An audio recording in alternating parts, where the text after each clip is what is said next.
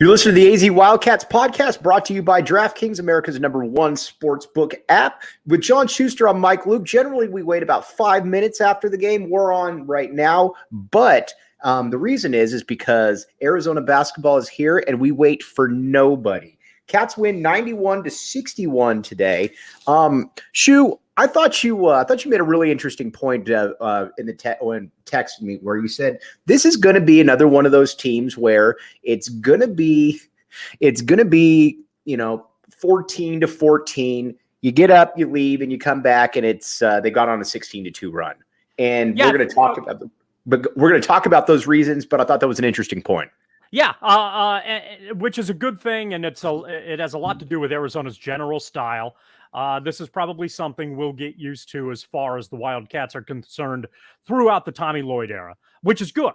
And Arizona has the talent to do this. They have the pacing to make this approach. And Arizona's very good in the fast break, likes to run. And as a result, if they can get turnovers, usually those turnovers are going to be converted into baskets. And Arizona's going to be able to rattle off the 14-2 run here and there over the course of a 2-minute period that, as you noted, takes a game that looks frustrating to some degree to some fans here and there, and maybe opens things up and makes it fairly comfortable.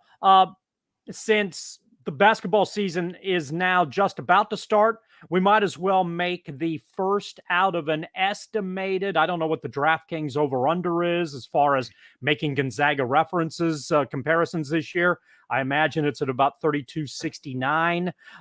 So I'm going to make number one. It's very similar to what the Zags do in a lot of their games. They're even for a good portion of it, and they go on those 2-minute runs, open things up. And very often you see kind of 1.5 that you can point at. And in the end, Arizona wins by 30. And tonight in an exhibition matchup, that's kind of how things went. Yeah, what really stuck out to me, too, first of all, this team is big. You watch them out there, you got between Oumar Ballo, between Azuolas Tubelis, between Vasar, even when you throw Dylan Anderson in there, this does feel like a team that's going to be able to beat up a lot of people down low. Again, I'm not saying that, that's going to be the case every single game, but Tubelis looked good, and Ballo's body looks totally different than it did last year. You can certainly tell that he spent a lot of time in the weight room. Yeah, the thing that I thought the advancement of Tubelis looked very notable to me. Mm-hmm. He looks very confident. And while he was anywhere from a number 2 to, I guess, a number 4 guy on last year's team, always in the mix, had the potential to be a 15-10 guy on a regular basis, wore down as the season progressed. This year, he looks like somebody who's been told you're going to be needed for Arizona to be successful this year.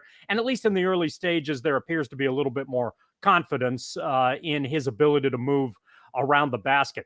As for Ballo, he certainly has the physical skill set, and hopefully as the year moves along, in addition to just transforming the body, which you noted, he'll be able to transfer that into consistent effectiveness on the basketball court. It's going to be a different animal defensively, though.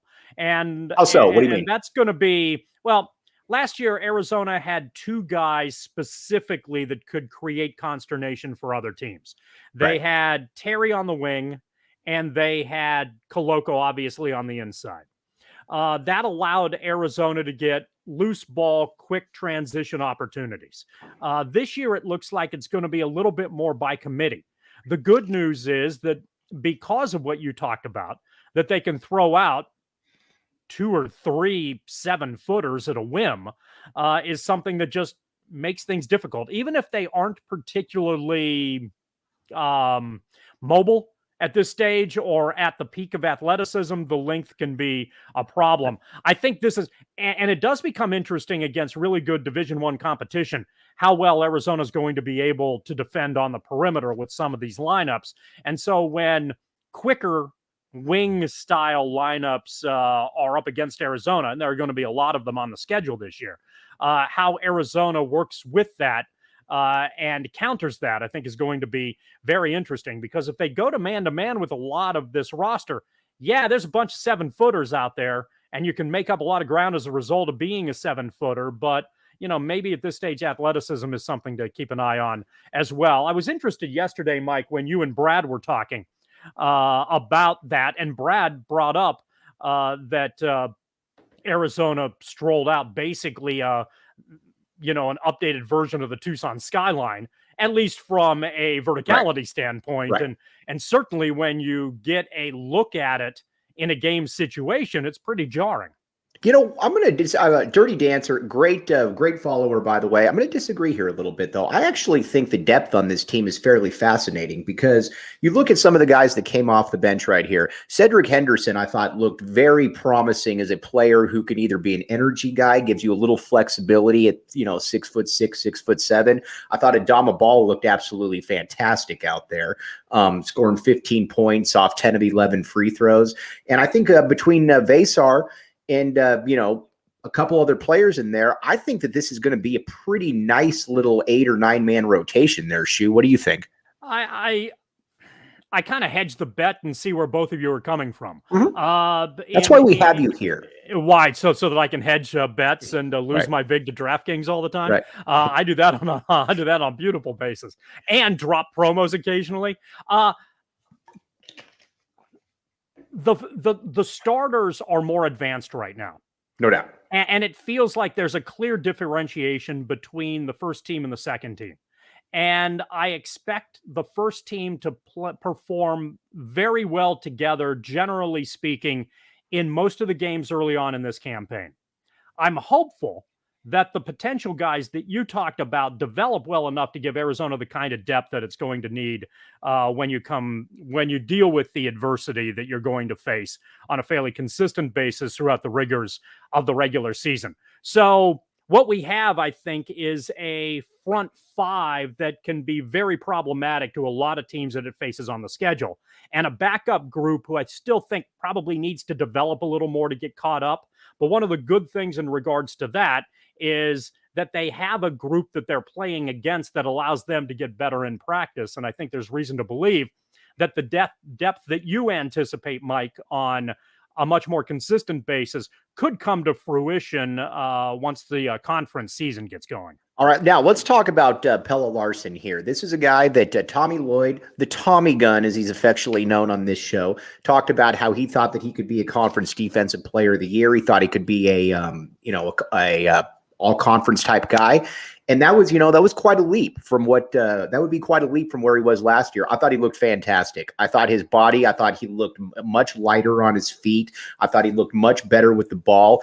He was kind of a calming influence out there. Again, I don't know that he's going to be a star, but you certainly could tell that this is going to be a guy that's going to play 30 plus minutes per game this year. And he's always going. You hope, assuming that, and it probably helped in the offseason, even though he was healthy in the second half of last year too, to get back on track as far as that's concerned. So You hope that he's the stabilizing influence that Arizona requires. But yeah, it was.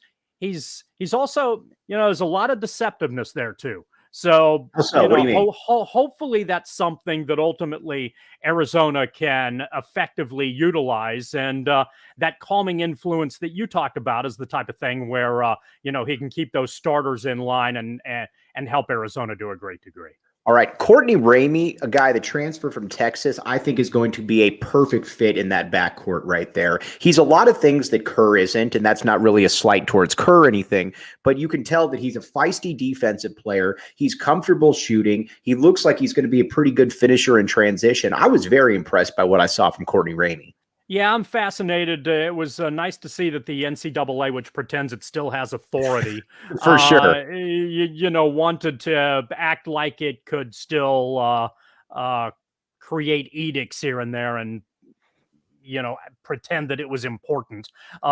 Fortunately, it isn't going to be one of those things that ultimately matters for Arizona. Ramey looked really good, and he fills a position that Arizona's going to need. That was a question mark for the Wildcats last year in regards to how physical are they ultimately in the backcourt.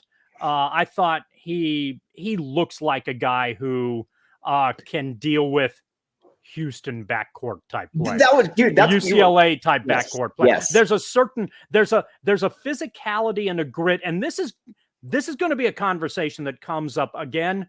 There's another over under the phrase in the Tommy Lloyd regime, or some version of that is going to have a few over under elements as this season moves along.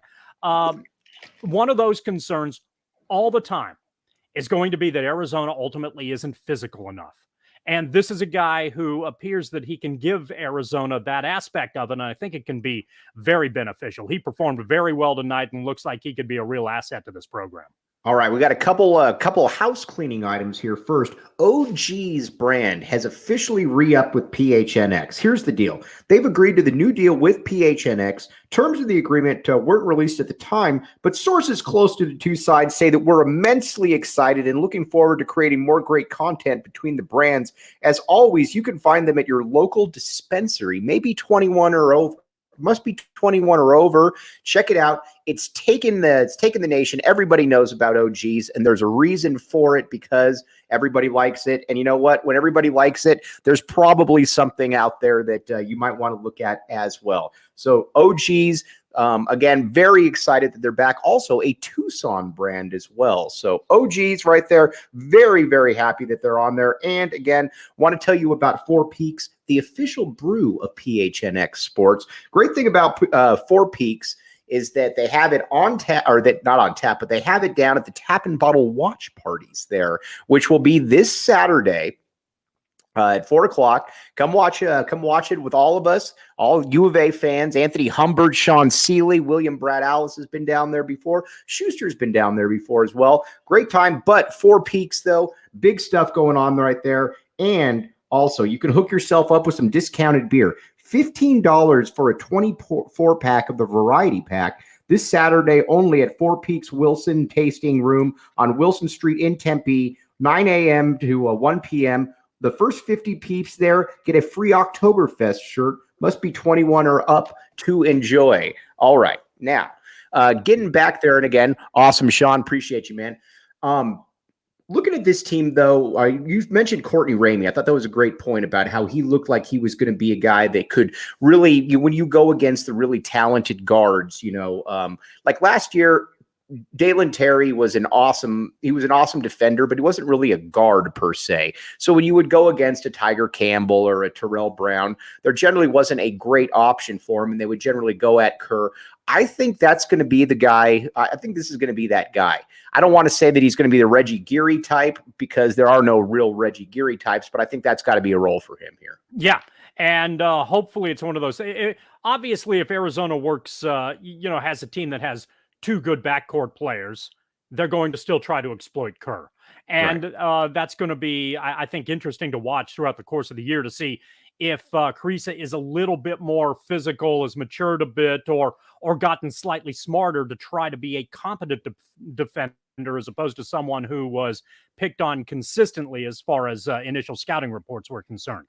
But if there's one backcourt guy, it's pretty clear that Ramey's going to be defending him. And that is something that I think in a more traditional capacity helps Arizona quite a bit, and it doesn't hurt the Wildcats. They kind of make up the difference here. It's, they're not well-sized necessarily. They're not undersized. They're sort of regular in the backcourt, and they're regular on the wings. But they're so big on the front line that it kind of allows regularity to be something that isn't necessarily going to potentially be a detriment.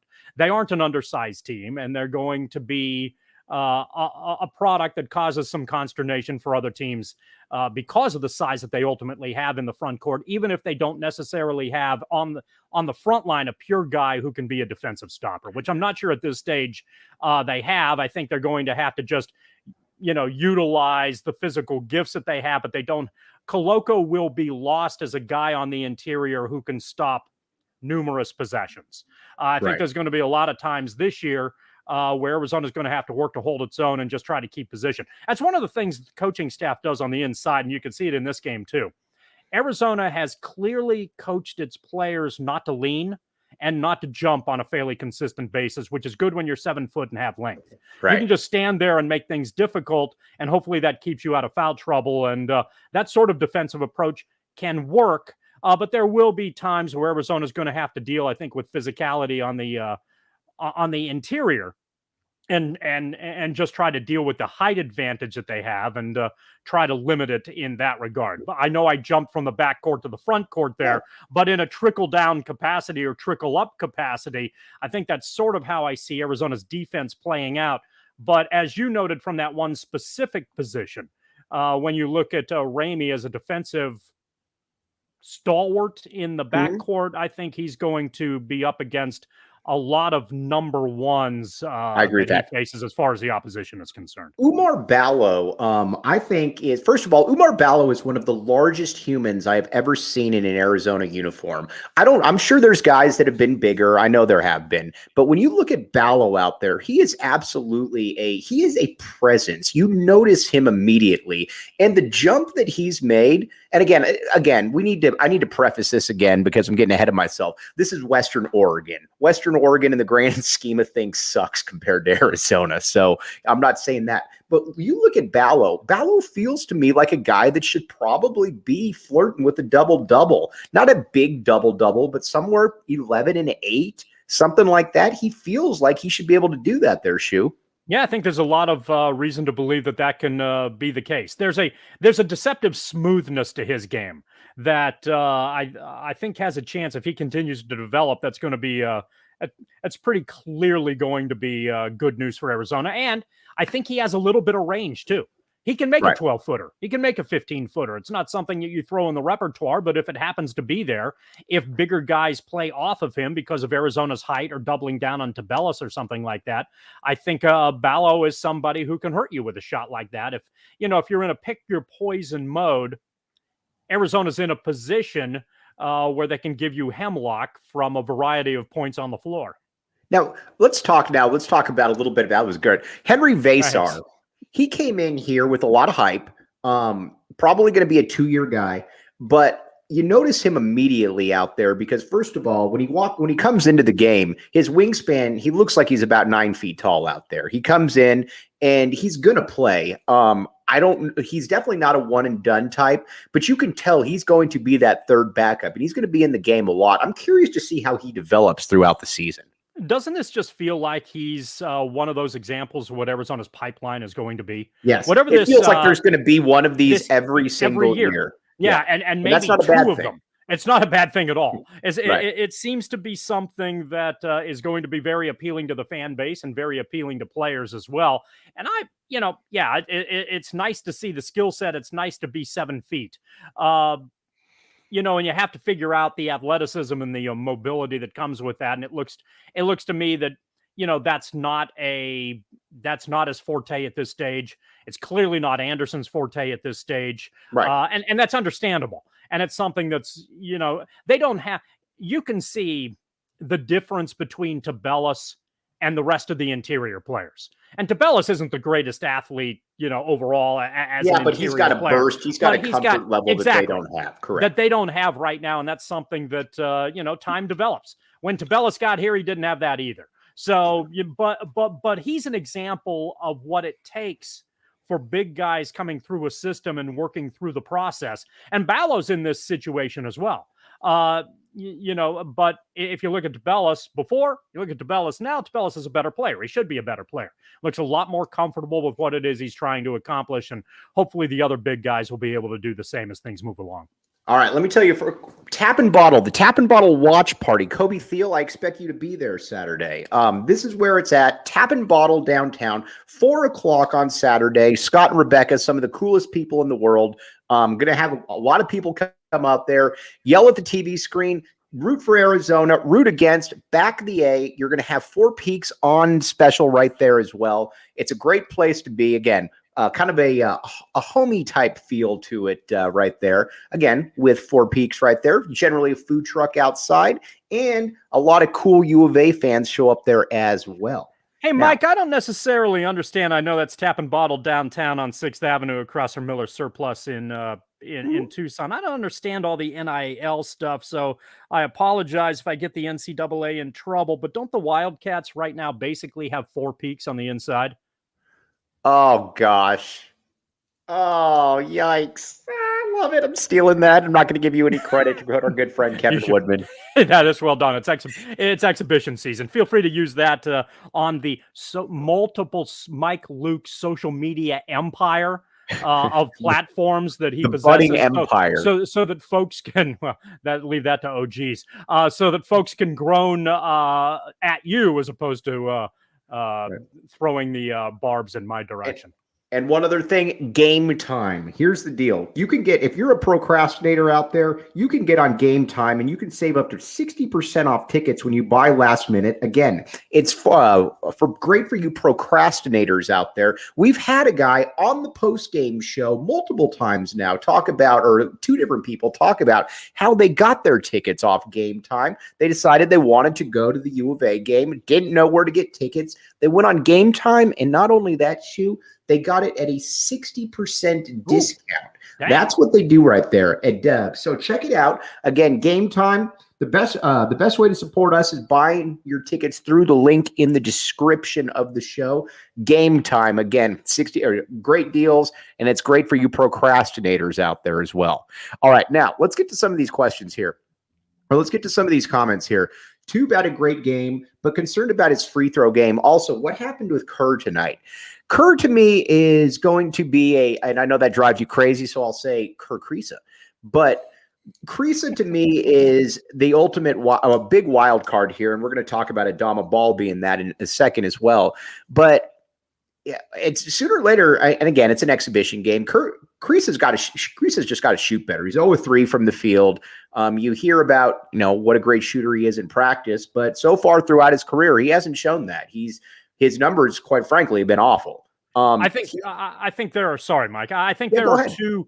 I think there are two very good points there. Tubelis at the foul line, yeah, you want him to be better because he's going to get to the line a lot. At one point tonight, Arizona was 9 of 17 from the free throw line. Again, like you noted, exhibition and so forth. But once they count, you want to be able to improve that number to a lot closer to the 75 or higher percentile. The Kriisa point, I think, is a really good one. And tonight, you saw a guy who I thought was working very hard to try to distribute and make too many extra passes. And it wasn't that he was 0 for 3. I think the element was that he only took 3 shots. Right. Which suggested to me that he was looking to make an extra pass, move the ball around a little bit when he had some open looks.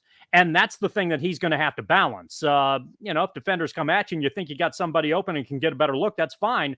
But it's unusual to say that Kriisa may have a confidence problem, but maybe it's a balancing in his role problem right now. Perhaps it's just an exhibition. He wanted to work on something specifically, but I was a little bit more concerned that he only took 3 shots, and I think he passed up on some open looks as opposed to missing all of them. So that's at some point, hopefully that will rectify itself and work through. And it plays into another element that I'm not entirely convinced based on what I saw tonight. I think Arizona can be okay from 3-point land, but they don't look like a team that's going to be particularly good from 3-point land. That was going to be my next point, and Anthony Humbert made that point as well. Anthony Humbert's a very smart person. 3 of 17. Last year, Ben Mathurin was a good 3-point shooter.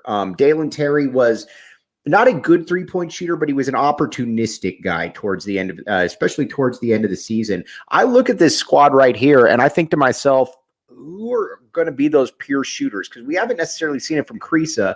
Is Ramey going to be that guy? Again, Ramey shot 40% at Texas, so you would hope that he could be that.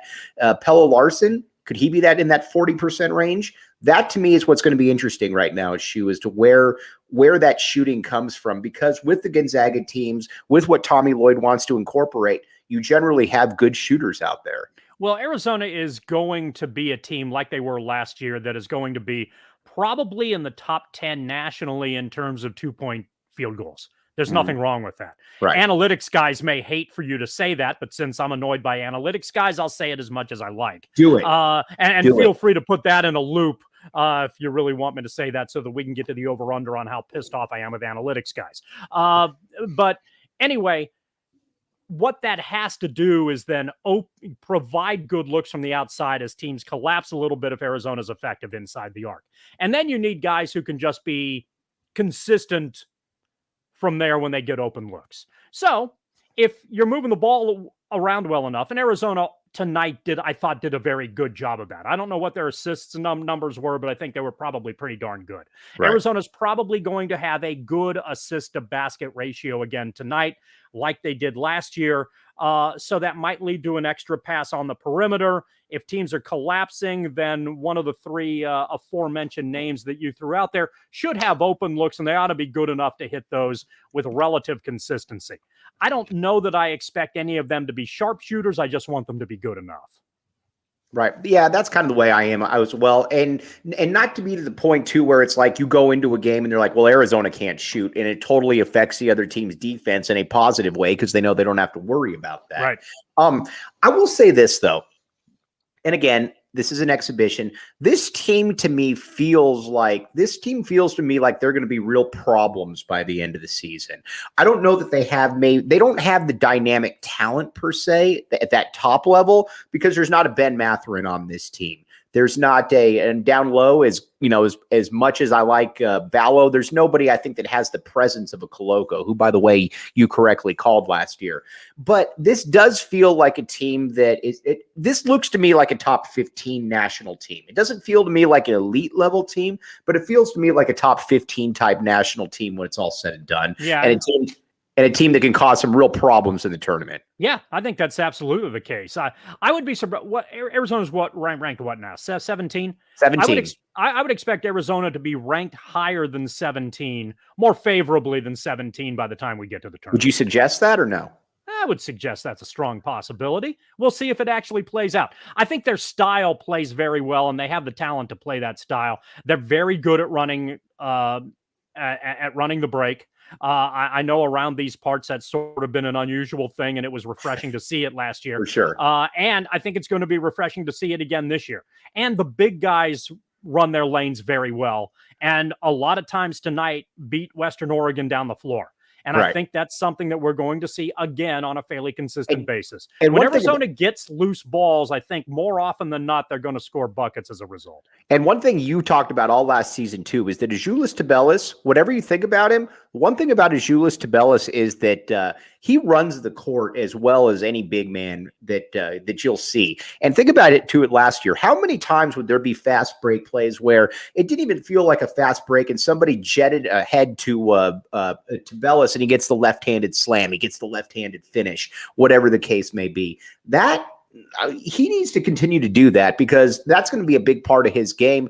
But here's my question about Tubelis.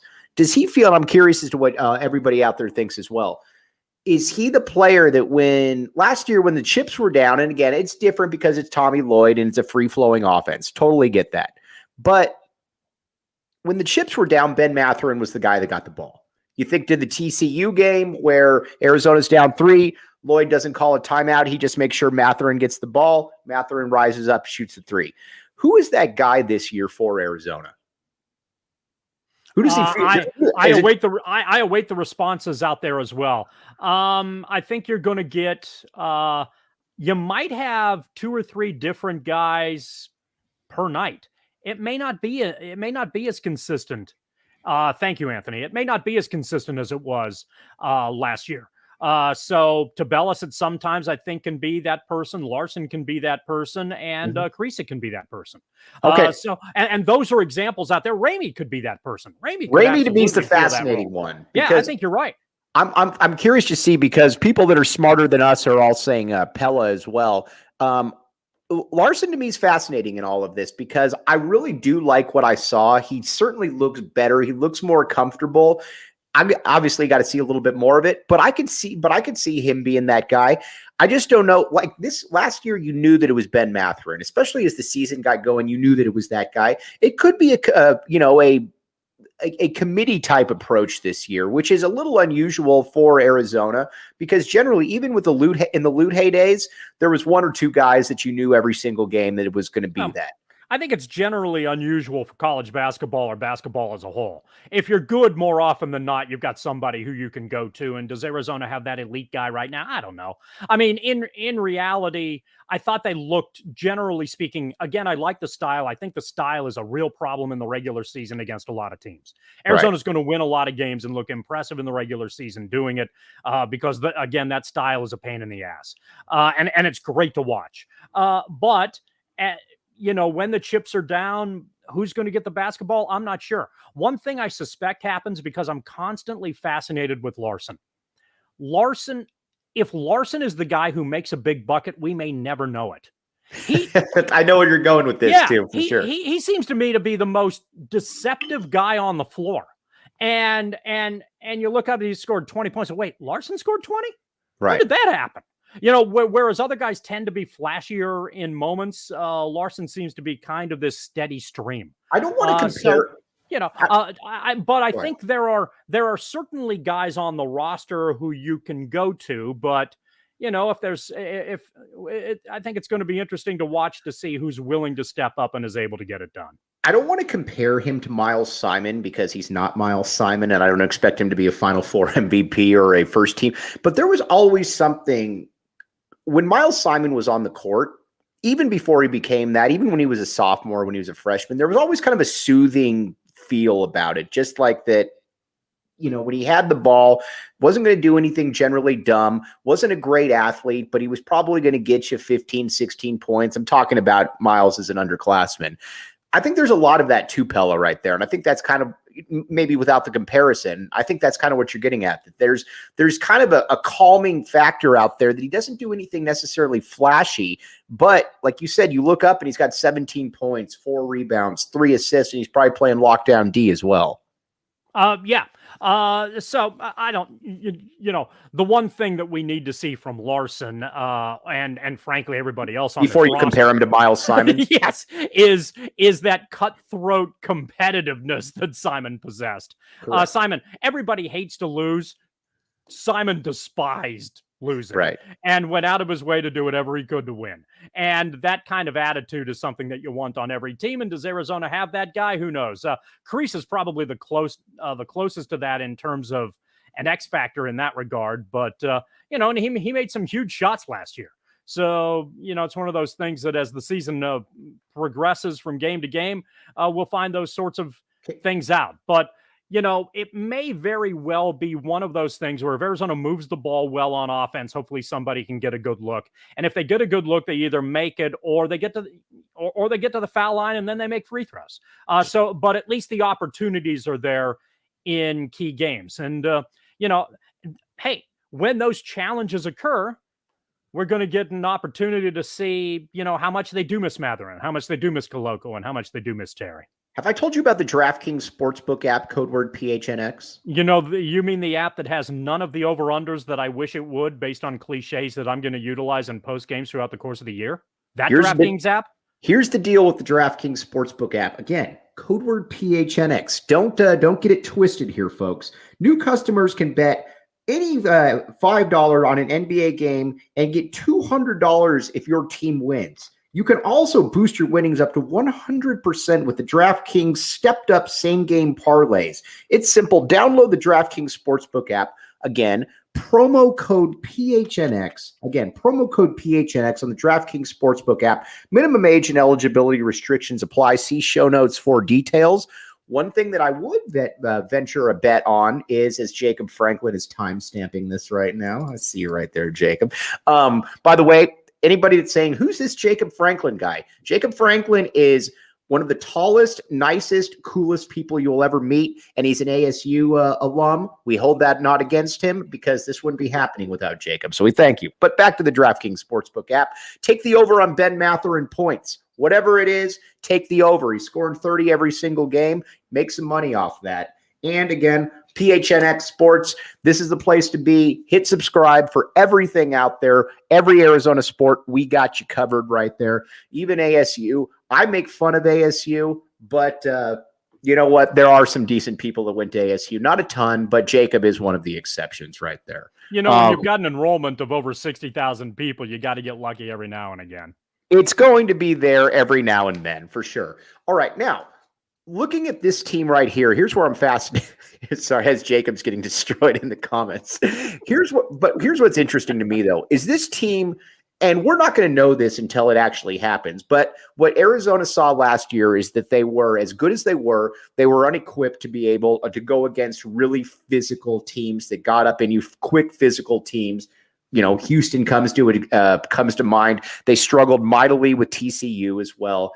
That to me is still, how is Arizona going to be able to react with this squad right here when they get punched in the face? Mike, how many teams on the roster do you see out there that fall under that category? Because they'll obviously be good tests. You hope there are some, maybe they face in Maui to get a general idea. You got Tennessee. You got Eric Musselman. Eric Musselman's team should be very interesting. They're a top 10 team. The Muss Bus is going to be coming in there from Arkansas. They should be pretty good. Yeah. So those are good tests within the next 2 or 3 weeks that Arizona gets in that regard, which will be nice to get a general idea of how they respond. And right now, I don't know. I know that they're tall. That's a good thing. Right. How they handle that kind of maturity and physicality. But the problem is, that's obviously at this stage a mystery to all of us. Last year they were tall as well, you know, obviously, because you were even taller in the front line when you looked at when you had Koloko, when you had Tubelis.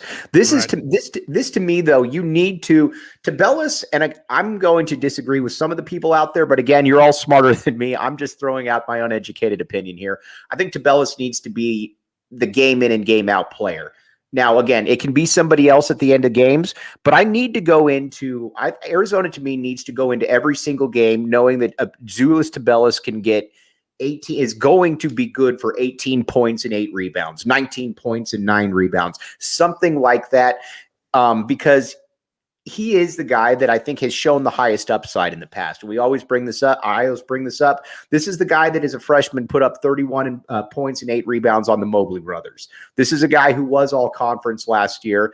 I need 18 and 8 every single game out of him. And I don't think, honestly, that's too much to ask. You also hope that you have other players on the interior who can keep teams honest so that the opposition can't double team him. And Tubelis has an opportunity to use whatever skill sets he has and the clever nature of his game to be able to score with the kind of regularity you hope. And then, as one of your commenters mentioned near the top of the show, once you get to the foul line, and I think he's going to get to the foul line a lot, you better make them. Right. By the way, I got to give everybody out here a lot of props. We have well over 200 comments right now. You guys are absolutely fantastic. And I mean this sincerely. It means the world to me. All right, but you know, I was happy with what I saw though tonight. Just kind of in summation, I was happy with what I saw. I in games like this, I don't necessarily care about the score. I care about the aesthetics, how players look, what the potential. It doesn't look like there's a ton of dead weight out there that'll probably be playing, and that to me is a good. There's not a lot of Daniel Dillons out there. I'm sorry, somebody mentioned Daniel Dillon, so I threw in Daniel Dillon. Sorry, Daniel. I also appreciated that Western Oregon played an up-tempo style. Exactly. And if that's and that obviously works very well for Arizona, but I think it was a good test for what their style wanted to be and how Arizona can combat that a little bit. So it was a good, for an exhibition, it was a good aesthetic match for both teams, and I think that also helped. When Arizona's going to score, they're going to be an 85-point-a-game team. Right. It's just the way that the style lends itself. But when they get into those games where they score 70, are they going to be strong enough, physical enough, defensive enough to be able to win those two. And those are the John, answers that remain to be seen. this is a great point here, and something that I had in my notes that we didn't get to. Joshua Monfort. Can we see some right-handed moves from Zoo? That is something that I think the book is somewhat out in that regard, and that Tubelis is strictly, at least up to this point, has strictly been a left-handed player. And when you might be able to get away with that when you've got a Ben Matherin or a Dalen Terry right there. Sorry, Brad, I'm just kidding with you. But I don't know that you can get away with that when you're the focus of another team's defense right there. I think that's going to be something to see exactly what happens right there. Good question. And if I guess we're going to find out. Because if I was defending him, that's what I'd do. Take away the left hand, and I don't care if you have to play 3 rows out on the baseline to do it. If he gets past you on the left, he's going to score. But if you can lock down that left hand, make him beat you the other side. That was a classic Lute Olson scouting approach, especially when it came to players that were sort of limited as far as their defensive capabilities. There was an A, a B, and a C, generally speaking, for the way that Olson tried to utilize his defense to scout the opposition. And A was stop the A move. And if they beat you with B and C, okay, but make them go to B and C. Right. And we'll see how teams deal with Tubelis in that regard and whether he's up to the challenge. All right, Arizona football great Jake Fisher is on here, by the way. Jake, appreciate you. You were honestly, if anybody out here didn't see Jake Fisher was the epitome. If Jacob Manu can become somewhat what Jake Fisher was, Arizona linebackers will be in a really good spot. Tackling machine, absolutely fantastic player, incredibly instinctive as well. He puts on there, he says, Arizona's death lineup, Kerr, Ramey, Pellis, Cedric Henderson, and Zoo. To be honest with you, I like that. I'm curious to see more of what Cedric Henderson could do because for people out there that don't know, this is also a guy, Henderson, who, yes, he came from Campbell, but he's got a couple intriguing possibilities to him. First, his father played in the NBA for 5 years. I'm a big fan of bloodlines in that situation. And last year at Campbell, they played Duke tough. He put up 18 and 11 on Duke. And the other best team that they played, VCU, he put up similar numbers. So he's played well against good competition, and he's about 6'7". I'm very curious to see more of Cedric Henderson. Yeah, that could be a very helpful player for Arizona when you were talking about the depth issue, as some of the others, other commenters were as well.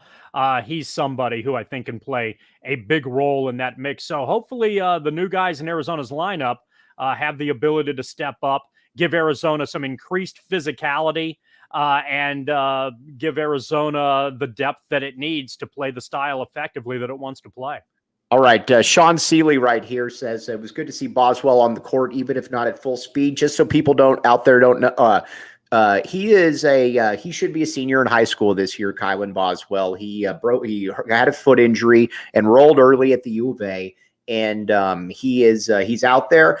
I've just been saying from the beginning, I would just caution this year as far as expectations go, mainly because, again, he's young for his grade, and he's coming back off a foot injury.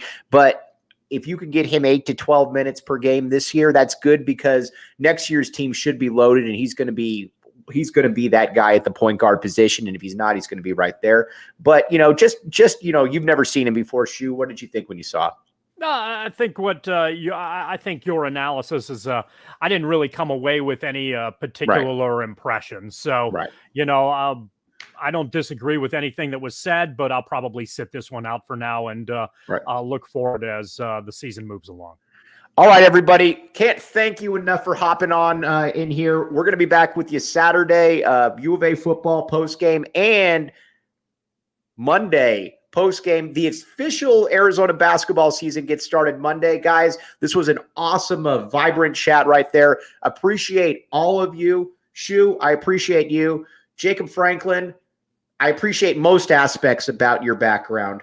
But everybody out there, talk to you soon. Thanks, everybody. Again, remember, Tap and Bottle Watch Party Saturday, 4 o'clock. Be there. For John Schuster, Jacob Franklin, I'm Mike Luke. You've been listening to the AZ Wildcats podcast.